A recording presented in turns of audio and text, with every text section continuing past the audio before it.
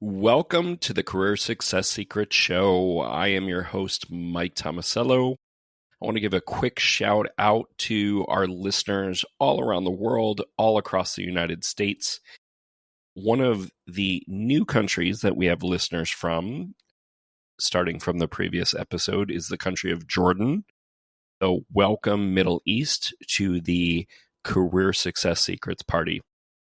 We have what I consider a pretty important episode. Today's episode is focused on recruiters. There's actually a lot of different types of recruiters out there, and a lot of them operate in different ways. And even if you know some types of recruiters, the way they handle things will differ from company to company, industry to industry. So you want to be careful about thinking that, hey, I talked to one recruiter or I talked to 5 recruiters, and now I get recruiters. You want to look at this episode from a very open-minded lens, because even someone who's had a successful recruiting career, if they've mostly done it at just 1 or 2 companies, they might be missing out on how things are going on the other side of the table. So first things first, I almost never hear people talk about the different types of recruiters, and so that's where we're going to start today. To simplify things, I'm going to break things into 2 main components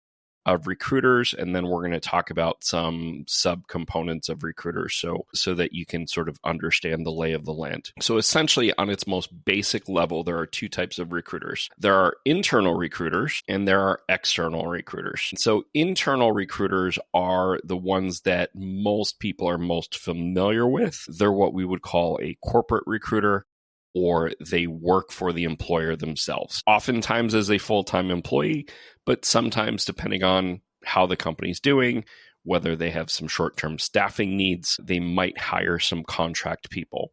But the main thing you need to know about internal recruiters is they work for one employer. The other type of recruiter, external recruiters, is a little bit more complicated, but external recruiters, because they are a third party, they operate in a different way. Because they don't work full-time for the employer, for that one corporation or that one nonprofit or that one organization, they're potentially working with a bunch of different organizations that all potentially follow different processes. For today's episode, we're going to be talking primarily about external and third-party recruiters. However, some of this insight, some of the stuff you're going to learn today will apply to internal recruiters. So if it's ever unclear, think about it and think, hey, could this potentially apply to both internal and external? And if you're still unsure, I would assume that I'm probably referring to external or third-party recruiters. And if you're ever unsure, you can either comment on the show and I will do my best to get back to you. And if I get enough specific questions around recruiters and how they operate and how to handle different situations, then maybe I do an episode of the show where we break down different scenarios and recommendations based on different scenarios and stuff like that. We'll see where we go. I have taken feedback over the past couple of weeks in terms of things that you wanted to know more about. And so thank you to those of you that have been providing feedback on what's resonating with you and what your outstanding questions are. I am listening. Now, something I want to point out that many people don't realize is that recruiters tend to specialize in a certain type of field. So I know recruiters that specialize in the legal field, and that's all they do, attorneys and roles specifically for law firms. I know recruiters that specialize entirely in short-term temp work, contract work for accounting folks. I know people that specialize in technical recruiting, which a lot of times can be specializing in software development recruiting. Until you actually speak with that recruiter or look at their LinkedIn profile to see what types of roles that they're looking for, sometimes you can get an idea from their website what type of role they specialize in. You won't 100% be sure. Now, occasionally a external recruiter or a third-party recruiter will sort of have an outlier that isn't necessarily in their specialty or whatnot, but those situations tend to be kind of rare. Some recruiters specialize in just people at the extreme executive level. We're talking senior vice presidents for Fortune 1000 companies. We're talking CXOs of medium to large companies. So recruiters and startups, and they may or may not specialize in marketing recruiting or sales recruiting or human resources recruiting, administration, operations. It's going to differ from person to person. And so if you are going to reach out to a recruiter or build a relationship with a recruiter or take advice from a recruiter, make sure that you're talking to someone that is most knowledgeable about your field or most knowledgeable about your industry, preferably both, if possible. And if they have some expertise in your particular geographical area as well, that can help. Some recruiters are very good at recruiting all over the place and have nationwide clients, or in some cases, even international clients, but they tend to specialize in a certain field if they're doing something like that. Diving back into a couple more things that a lot of people don't talk about when it comes to recruiters. So there are a lot of different types of external recruiters. There's a lot of different names for external recruiters. But I'll try to simplify them and sort of put them in three different buckets. And sometimes there can be a little overlap in between buckets, but I think you'll get the gist of it. One, there are recruiters that are a retained search. So they have been paid a retainer by a company to actively look for a role for them. Maybe it's a role that they don't want other people in the company to know that they're recruiting for. They tend to be really high-level roles. And the nice thing about retained searches are you're usually not competing against other candidates via another recruiter, because this is being paid a retainer fee. The bad news is retained search recruiters are almost exclusively at the high executive level. And even if you are at a high executive level, that doesn't mean that your recruiter is necessarily a retained search recruiter. It's much more common for external recruiters these days to be what's called a contingency recruiter. And contingency recruiters, they don't get paid until someone gets hired. I'm going to say that again because it's super, super important to get. They don't get paid until someone gets hired. So another thing that's often going on with contingency recruiters is sometimes they don't have an exclusive contract to be the only firm, the only recruiter recruiting for that. So that might mean that your recruiter has other candidates that are competing against you for the same role that they don't even know about, because the employer has secretly, or not necessarily secretly to the recruiter, but the employer has opened things up so that multiple recruiting firms are sending them candidates. That's something really important to keep in mind. As you reflect on some of the different myths and misconceptions and truths and best practices that I'm going to share with you today, I invite you to think a lot of them from the lens of a contingency recruiter. And you don't need to remember the word contingency recruiter, but I want you to remember that they don't get paid until you get hired. So the moment it looks like you're not going to be the candidate, or the moment doubt creeps up that maybe you're going to take the job, but take the job temporarily and not stick around, that is not a good situation for an external recruiter, because they don't get all of their compensation if you don't get hired. They don't get all of their compensation if you don't stick around. A lot of contracts with recruiters are based on you sticking around for at least a year. The other type of recruiter I want to talk to you about is really, really important. Some of you are using them a lot. Some of you are using them too much. And they're what I would call contract recruiters or temp recruiters. Now, again, there's sometimes overlap between different types of recruiters. And so there are some recruiters that do permanent placements as well as contract, as well as temp. However, chances are if a recruiting firm is contacting you about a contract role, or a recruiting firm is contacting you about a temp role, that's usually what that recruiter specializes in.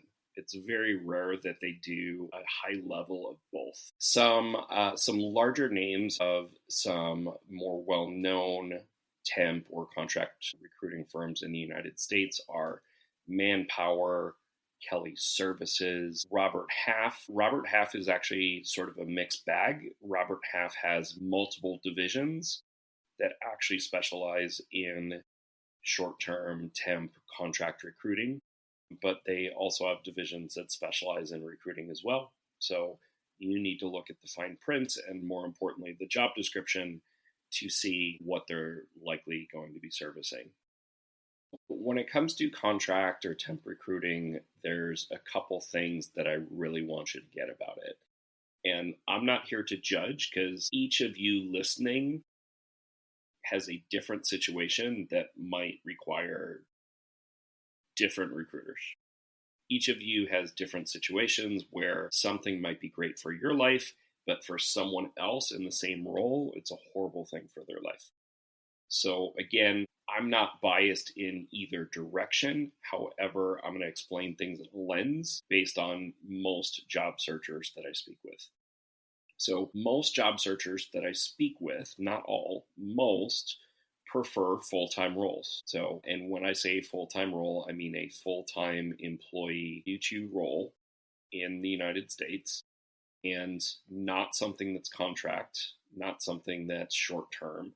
And short-term can be a 1-year contract or a 9-year contract or temp. So one of the ways, if you're speaking with a recruiter, that you can sort of know that you're likely dealing with this type of recruiter is if they quote your say in hourly rates 95% of the time, if not 99% of the time, they are going to be a contract or a temp recruiter. So they kind of specialize in that types of things. Now,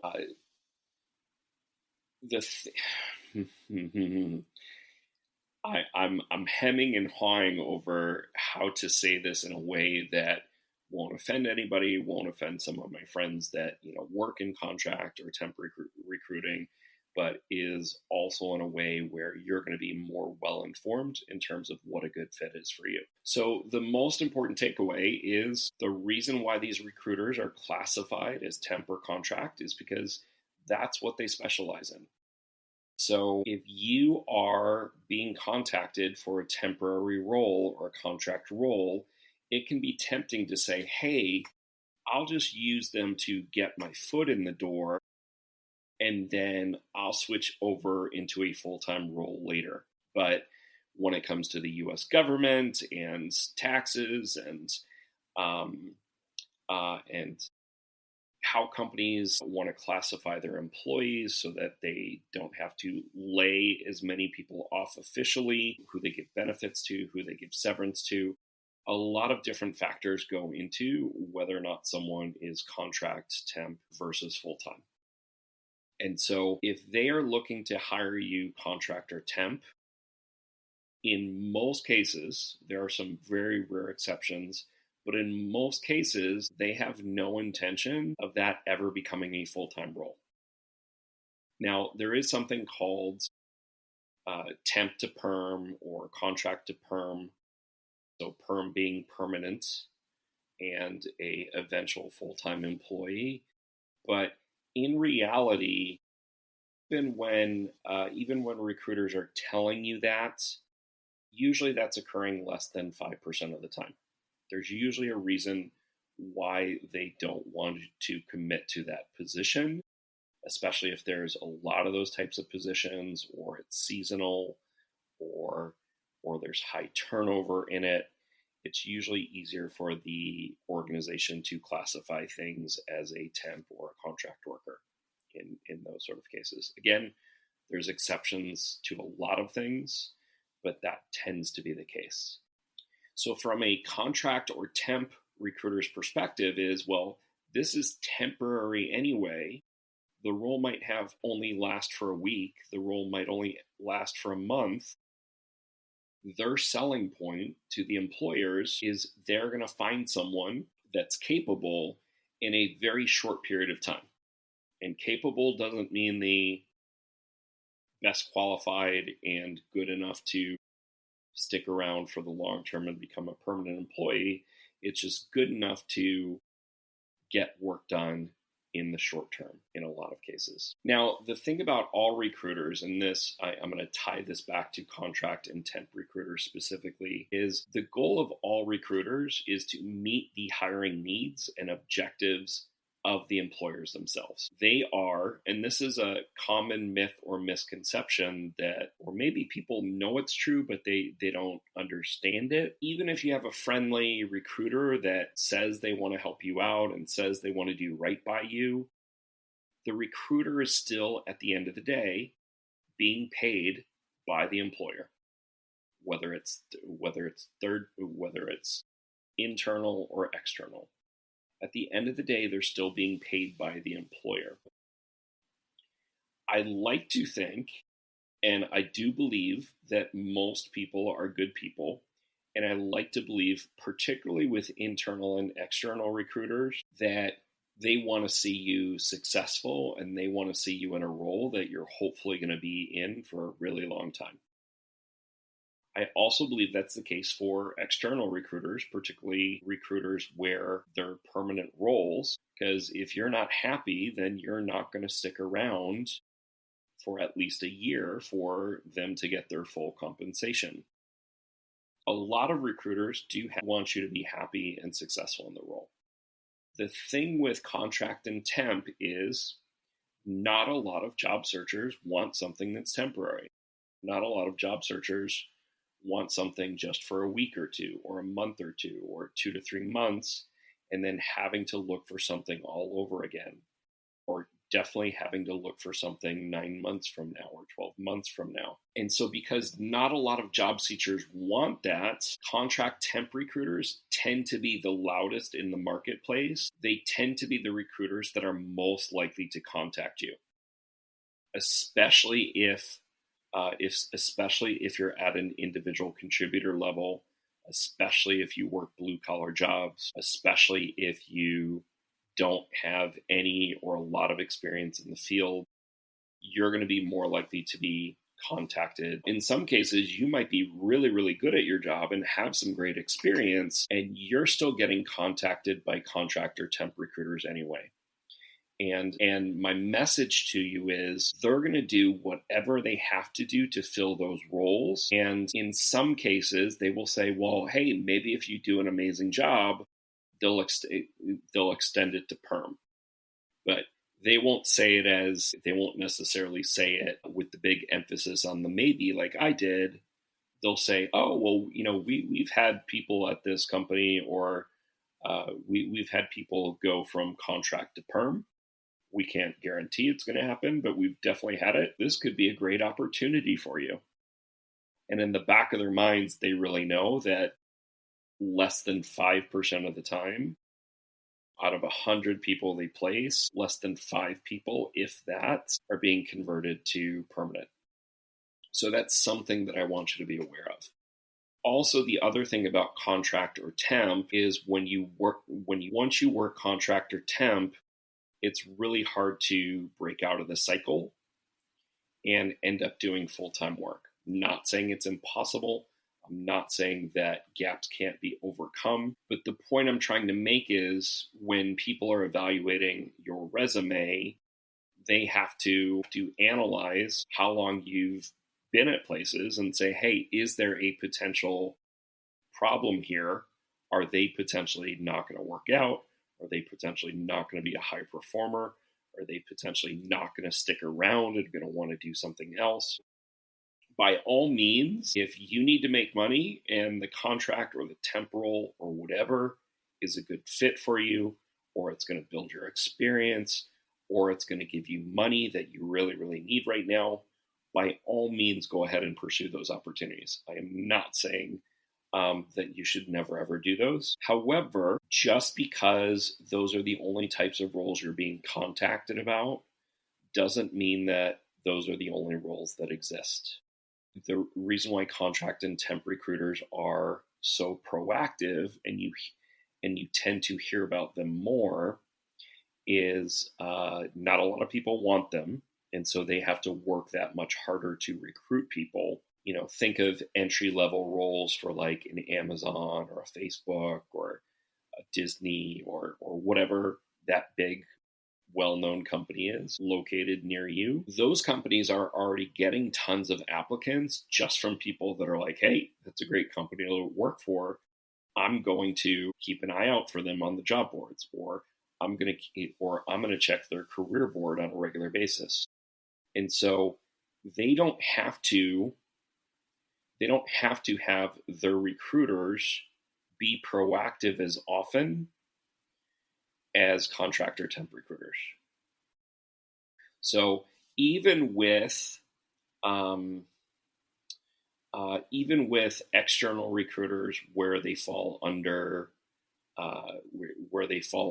permanent roles, and they're searching for permanent roles, they're being paid an extra fee to get the benefit of that recruiter, even though they have an HR staff of their own, usually at least a recruiter, if not an entire team of recruiters on their own. And so if they're paying that external recruiter on top of the staff that they already have, it's usually because they're looking for someone that's really specialized and fit that they couldn't find on their own, that they couldn't find on your own. So if you don't have a really unique background, or you haven't worked for really large, well-known companies, particularly lately, if you don't have a lot of accomplishments and numbers on your resume or your CV and your LinkedIn, that's a huge reason why you're not necessarily going to be contacted for opportunities from some of these other types of recruiters, because they're getting people just like you applying on their website or applying to these jobs.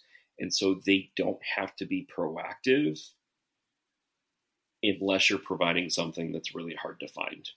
So that gave you a pretty good idea of the different types. And let's start to transition into some myths and misconceptions about recruiters. So myth number one about recruiters, and I actually mentioned this myth earlier, but it's such an important one, I didn't want it to get lost in the shuffle, and so I'm going to cover it in slightly more detail.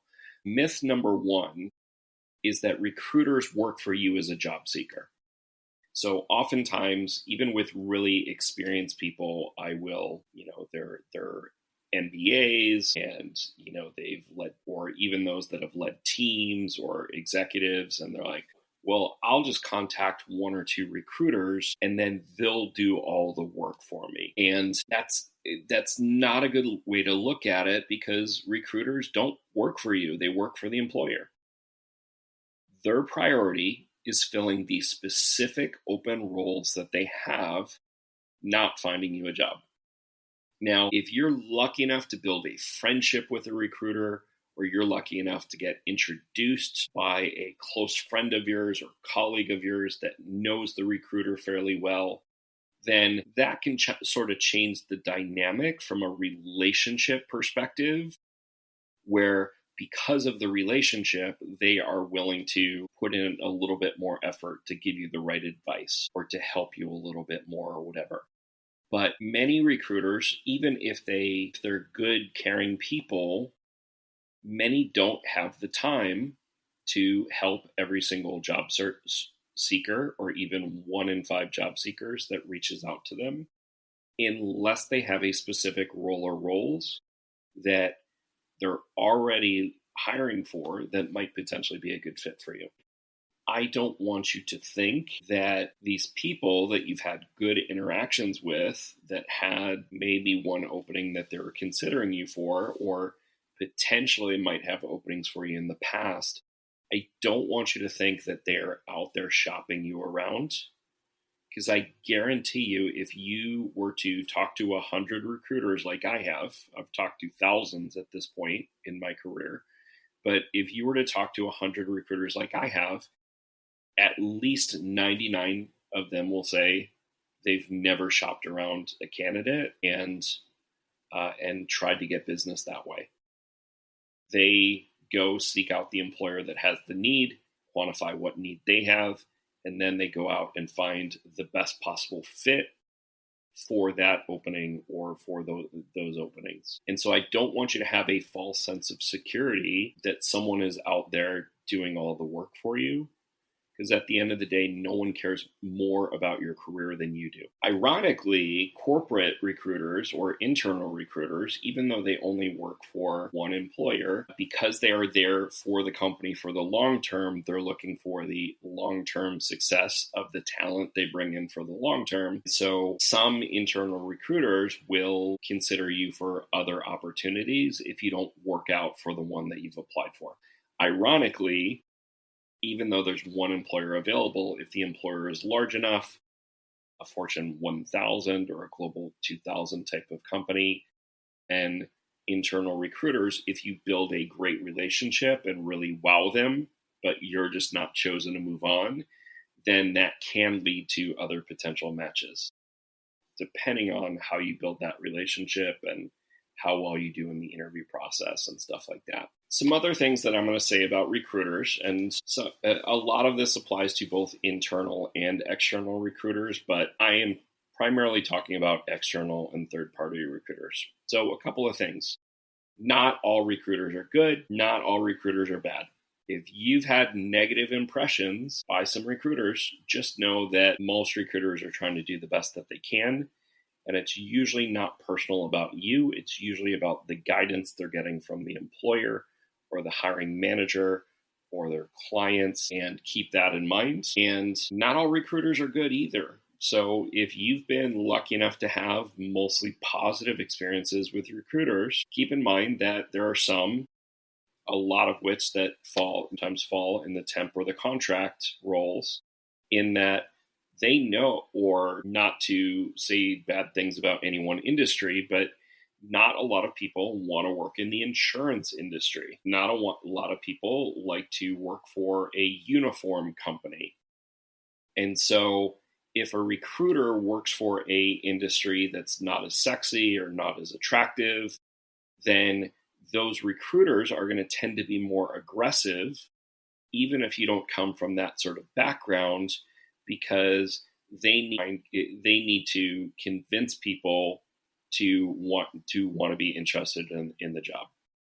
And so they will put on a good sales pitch, because that is what's valued in their type of recruiting, to convince you for a job, even if it's not ideal for what you really want for your career. Keep that in mind, because that will vary in terms of the advice people give you and who has your best interests and who's really just trying to meet the needs of their employer.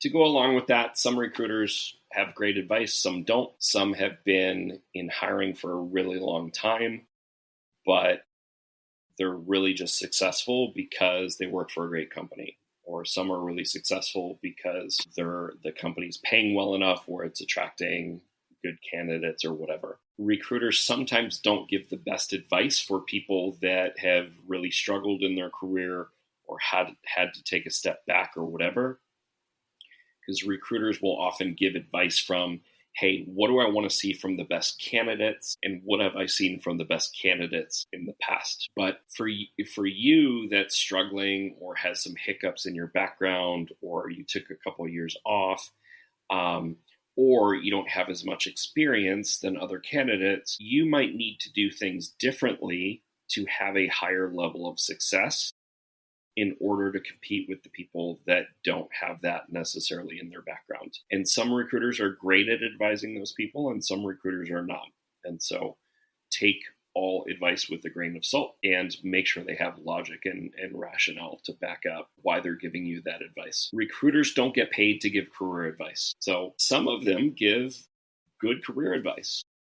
But if you talk to enough recruiters, especially ones that are high paid, especially if you talk to ones that work for really top-notch companies, they will often tell you, hey man, like I would love to be able to help everyone that comes along to me. And because I work for this big company that everyone wants to work for, I get reached out to by more people than one human being can possibly respond to and possibly give advice to. If they're a third party recruiter and they're working on commissions, like a lot of them are working on, the vast majority of their compensation is coming from commissions, then if they're spending too much time with candidates they don't have fits for, they're potentially not making their quota. They're potentially not making enough money to feed their family.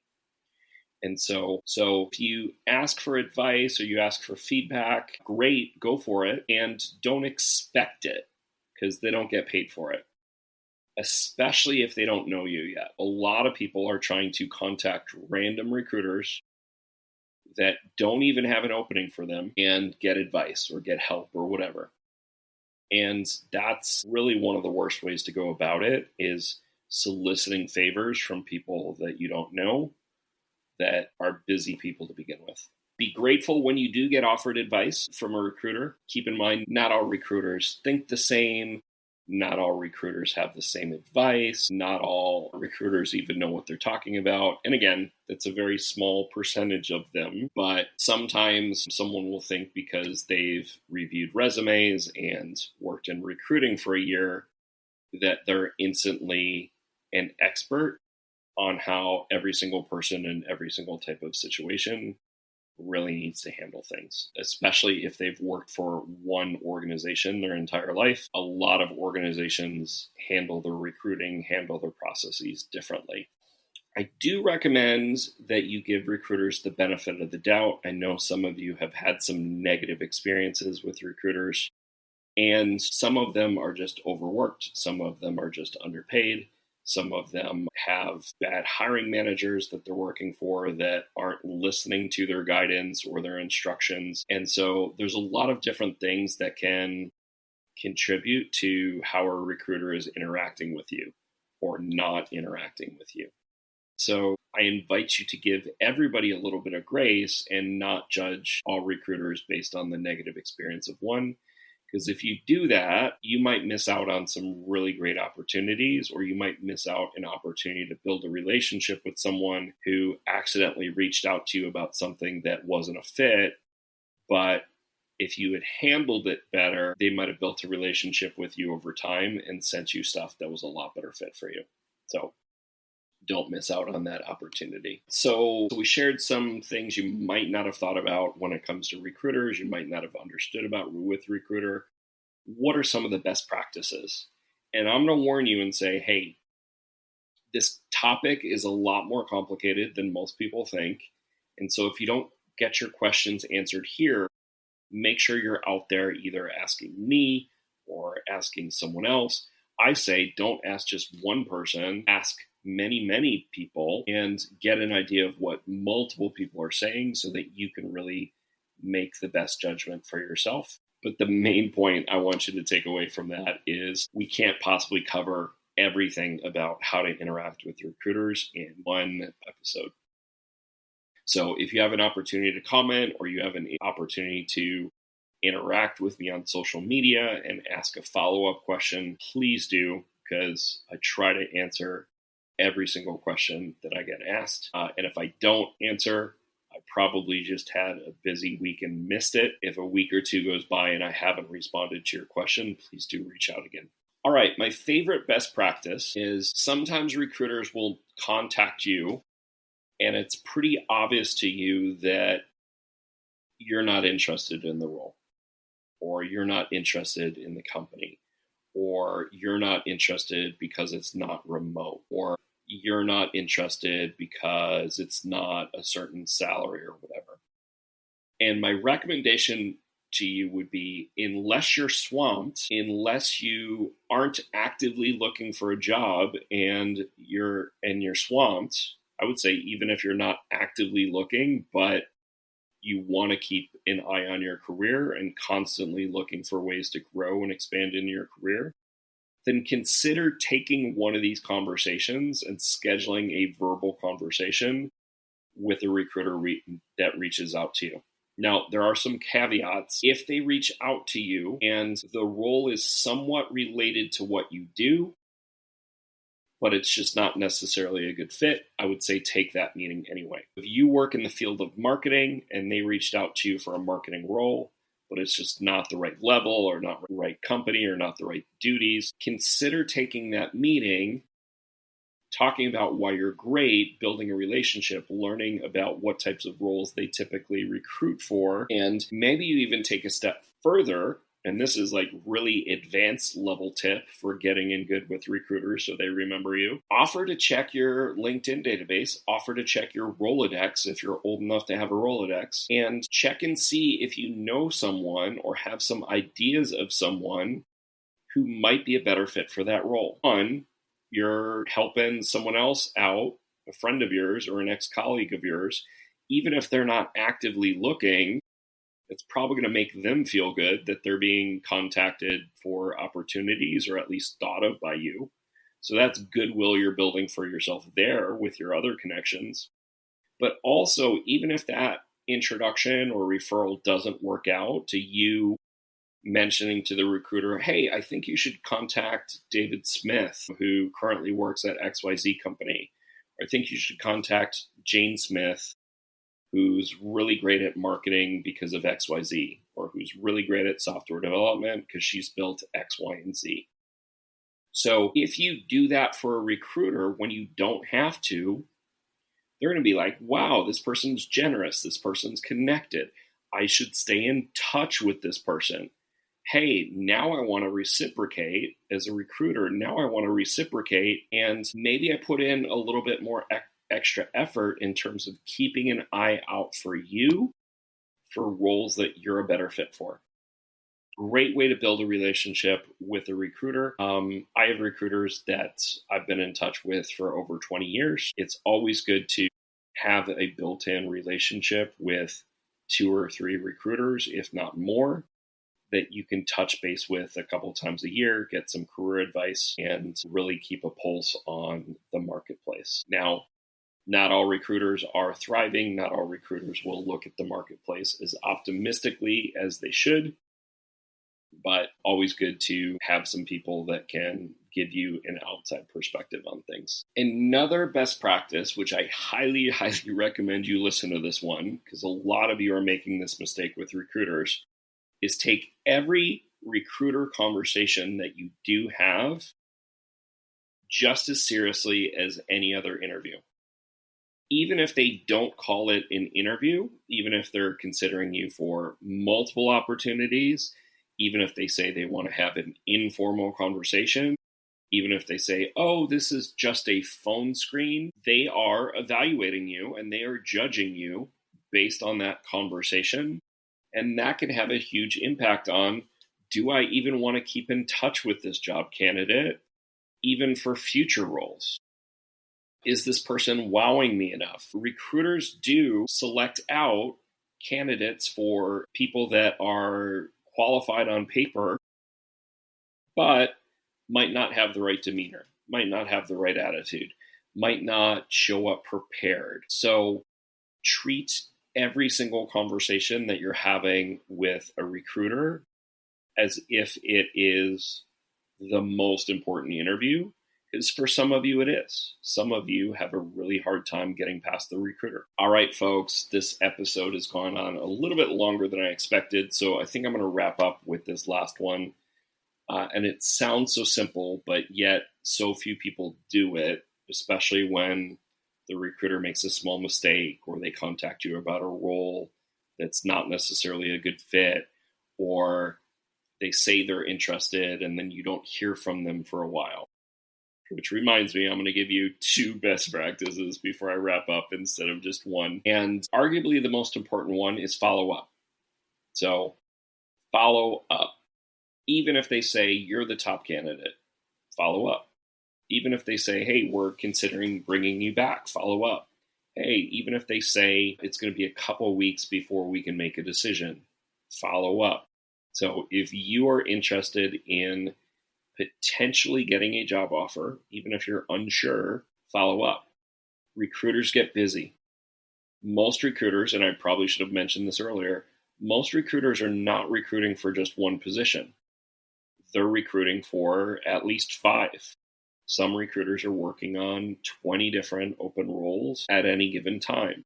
Completely different roles, sometimes even dramatically different teams.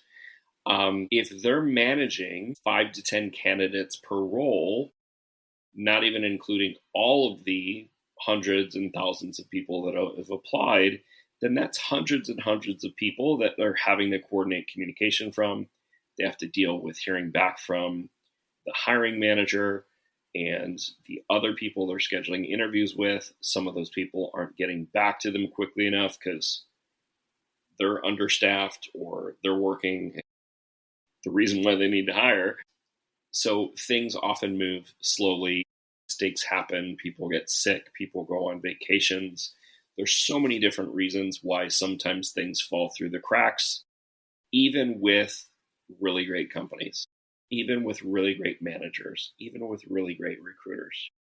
If we recognize that the other person is secretly a human being and that all of the bad stuff that happens to us also happens to them, it might help us understand to not only be more patient and understanding, but to completely put our careers and our livelihoods in their hands either, and take the responsibility of following up when we don't hear back from them.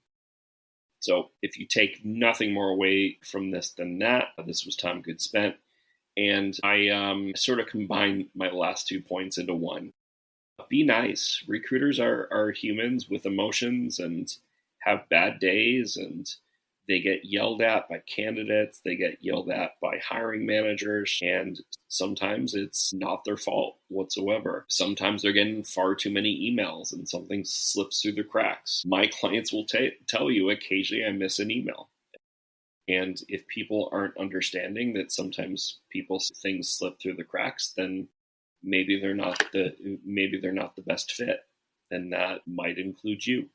So hopefully you enjoyed understanding a little bit more about the different types of recruiters, some of the best practices, some of the stuff, and there's so much more that I didn't cover. So do me a favor and subscribe to the show. Those are really important. If you're able to download the show, that helps us as well. If you are able to rate us with a 5-star review, I know that's rather ambitious of me to ask for a 5-star review, but 5-star reviews when we're a small show, when we're a small podcast, really, really helps us out a lot. And it's literally something you can do in 30 seconds or less. And then last but not least, if you want to take it a step further, please comment or review. Reviews don't necessarily have to be long. 1 or 2 positive words or 1 or 2 positive sentences about what you like about the show or the content or what you've learned goes a long way towards us helping millions and millions of people. And I don't say millions and millions of people lightly. I have been on a mission for over 10 years to help millions and millions of people find jobs that they love, doing work that they love, making money that they deserve, so that you don't have to struggle like my family struggled growing up. So that mission's very, very personal to me. Every subscribe, rate, review helps with that. You can always unsubscribe or change it later if I let you down, but hopefully if I do let you down, you'll give me the feedback. I am Mike Tomasello, and I am your host of the Career Success Secrets show. Thanks so much for joining, and I will see you all next time.